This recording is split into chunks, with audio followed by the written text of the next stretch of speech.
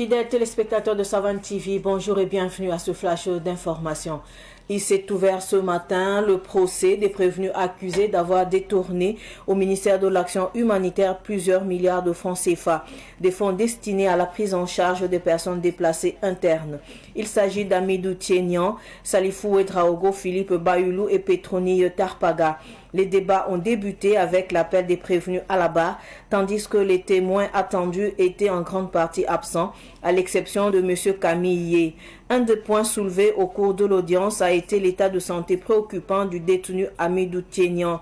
Son avocat a insisté sur l'importance de garantir une prise en charge médicale adéquate avant tout jugement, évoquant les possibles répercussions sur son client.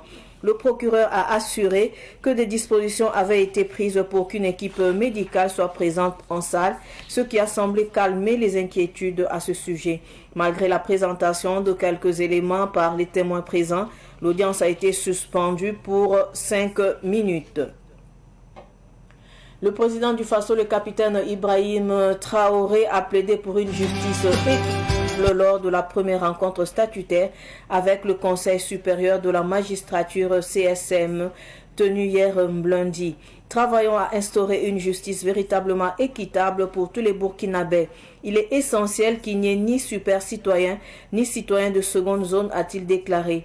Cette rencontre a servi de cadre pour discuter des réformes nécessaires au système judiciaire du pays. Le chef de l'État a souligné qu'une justice juste et impartiale renforcerait le respect et la crédibilité du Burkina Faso sur la scène nationale et internationale.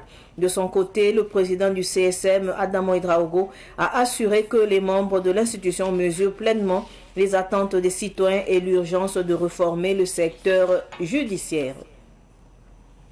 L'Office national du contrôle des aménagements et des constructions, ONCAC, a mené une campagne de sensibilisation hier sur les dangers des constructions illégales et a encouragé un respect des règles de l'urbanisme.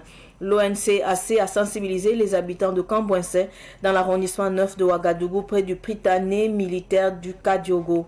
Karim Ouedraogo, chef de service du contrôle des aménagements, a informé les habitants que de nombreuses constructions sont non réglementaires et a exhorté les promoteurs à cesser leurs activités illégales, ce qui entraîne une prolifération des logements non lotis.